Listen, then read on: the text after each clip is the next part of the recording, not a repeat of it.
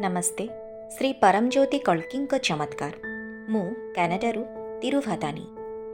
मु मते भल लागिबा परी अनेक क्षेत्र रे श्री परमज्योति भगवती भगवानकर अनुग्रह को उपलब्धि करिछि।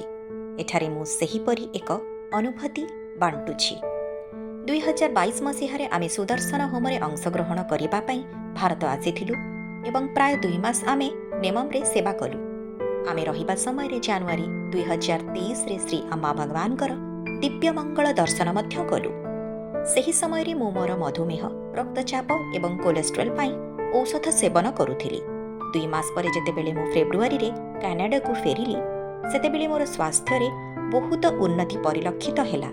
डाक्टर जेतेबेले देखिले जे मोर शरीर स्वाभाविक होई जाईछि, सेतेबेले से मोर रक्तचाप, कोलेस्ट्रोल एवं मधुमेह पाई सेवन करुथिबा औषध को बंद करिदेले।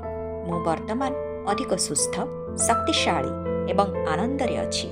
स्वास्थ्यर एही महान उपहार पाई श्री परमज्योति भगवती भगवान को मु असीम कृतज्ञता जणाउछि। तांको पाद पद्मरे मु चिर समर्पित।